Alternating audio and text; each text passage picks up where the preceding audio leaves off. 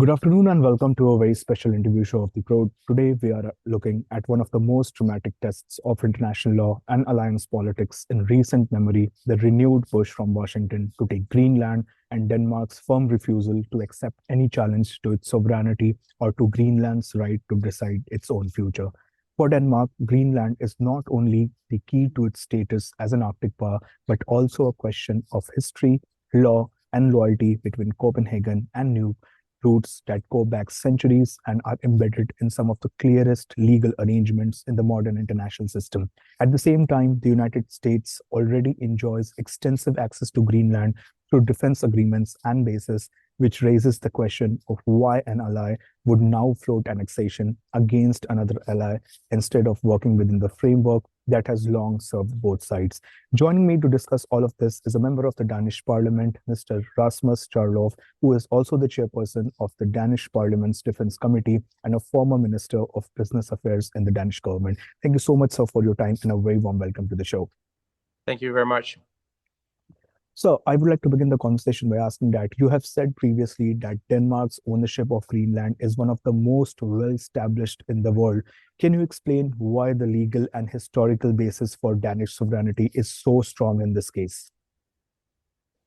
Denmark's ownership of Greenland has been recognized by the international community since 1380, so it predates Columbus by more than 100 years. It goes back 6.5 centuries.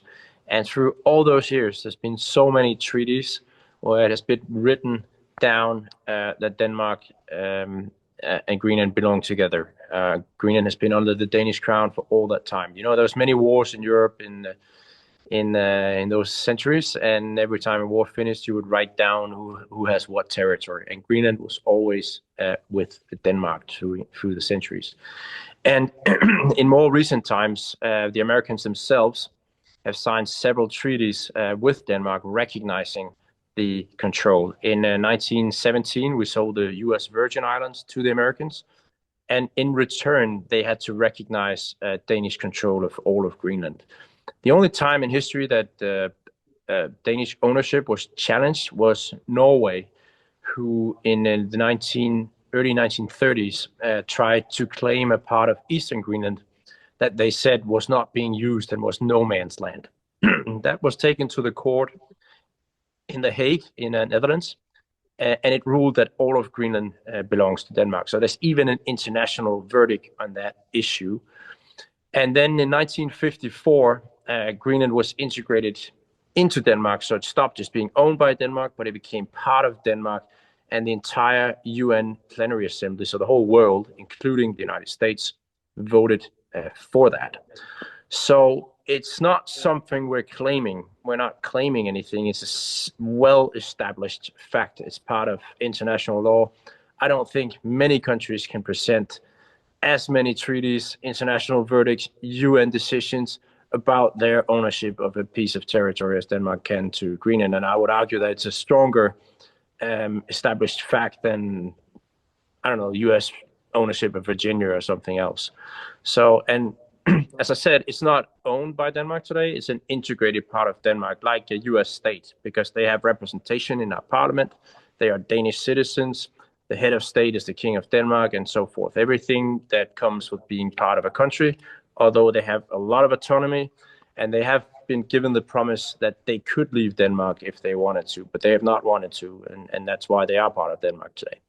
Yeah, so you have also warned that if loyal Denmark can be threatened over Greenland, then no one else is safe. So what does this episode reveal about Denmark's importance as a test case for defending small allied democracies against the great power of Russia?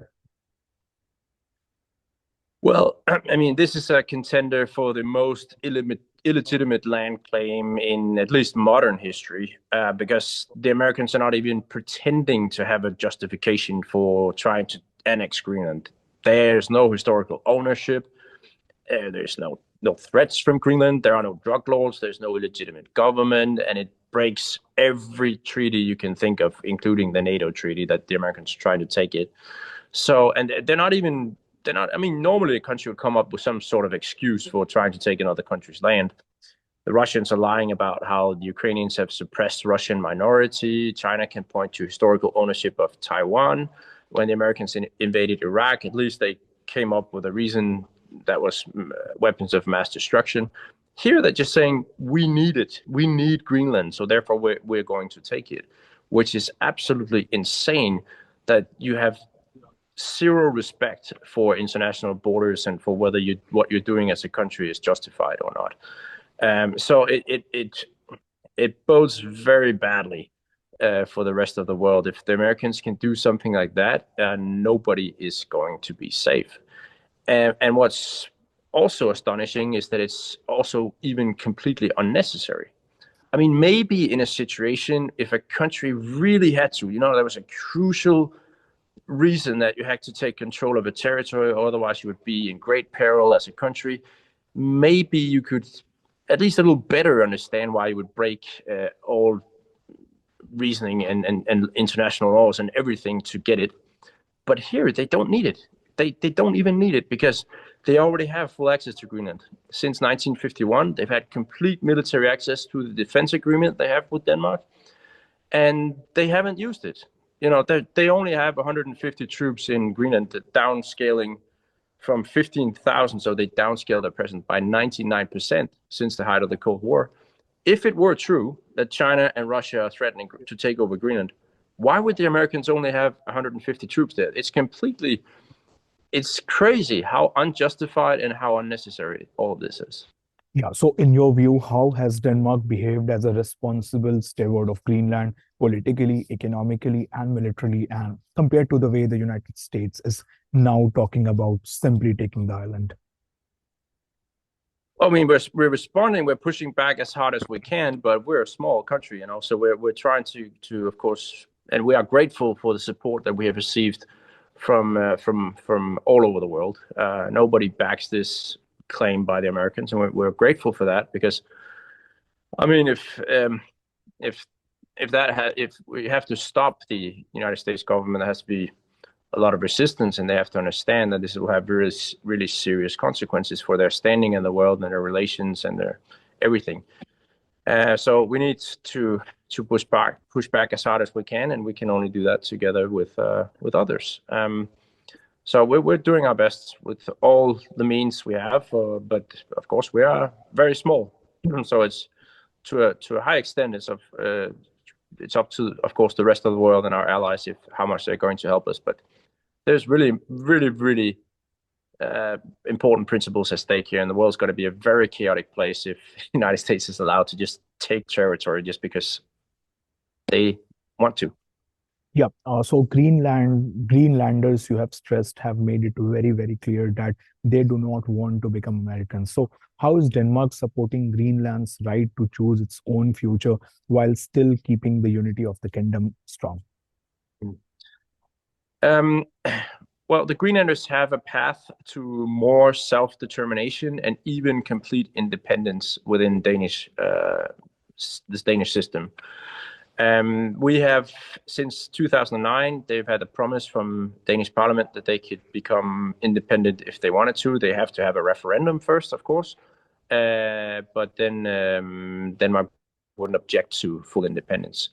That's not coming anytime soon. You also have to understand that they have not requested it, and they haven't started the process of preparing that situation. So now they are working for more self-determination, not for complete independence. And they have a list of 33 areas of responsibility that Denmark takes care of in Greenland. It's everything, from prisons to monitoring the airspace above airports to sea rescue services and many, many other things that Denmark takes care of in Greenland. And they can take over those areas of responsibility when they feel they're ready for it. So they can gradually become more and more independent and take more and more care of themselves, and they could maybe one day become independent. But they have not requested that, and we're just assisting them in trying to develop Greenland in the direction that they want. We don't have any desire to rule over Greenlandic society. We're just trying to assist them to develop the country, and of course we take care of foreign policy and defense issues because they are part of Denmark and they're Danish citizens. And it has worked quite well because Denmark is small, but we are big enough to help the Greenlanders and assist them in everything they need, from advanced healthcare, specialized doctors to defense and monitoring the large territory and so on. We're big enough to do that, but we're small enough that we don't provoke the big powers. And that's why we've managed to keep Greenland as a low tension area. And that has been to the satisfaction of everybody in the Arctic region so far.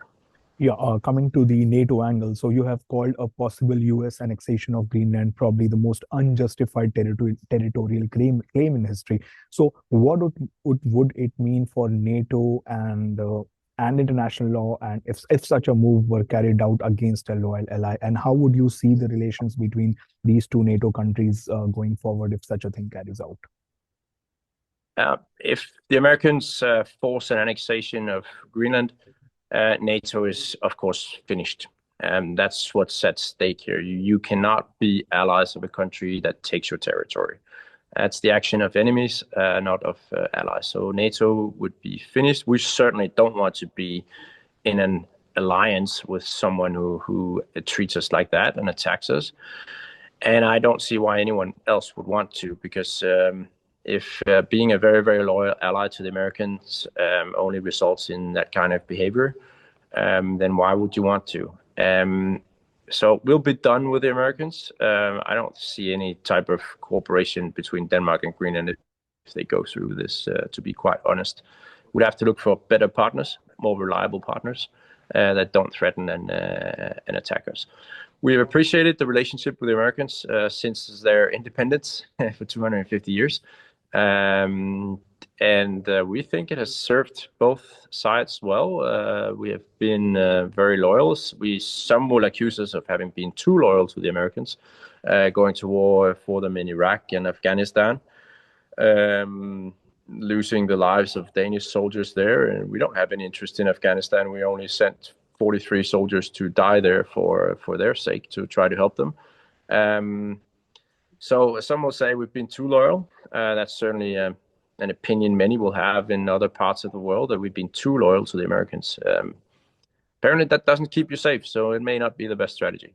Yeah, I would like to conclude the discussion by asking that, looking ahead, what concrete steps should Denmark and its partner take diplomatically in terms of security policy to deter any attempt to undermine Danish and Greenlandic sovereignty? Well, I don't want to go into sort of steps we will take if the Americans are going to attack us militarily, because that will sound like a threat, and we're not trying to threaten the Americans at all. We know we are small. We know we're no match for the Americans. We know they can destroy us if they want to. But of course, we will do everything in our power to defend Greenland. I think any country will defend their territory if they get attacked. So it would not just be a friendly, peaceful takeover if the Americans try to do it. It would be a war, and it would be the dumbest war in history. Yeah. Thank you so much, sir, for your time and for shedding light on this critical issue. Really hope the situation gets better. Thanks a lot. Thanks for taking interest in Greenland. Thank you so much.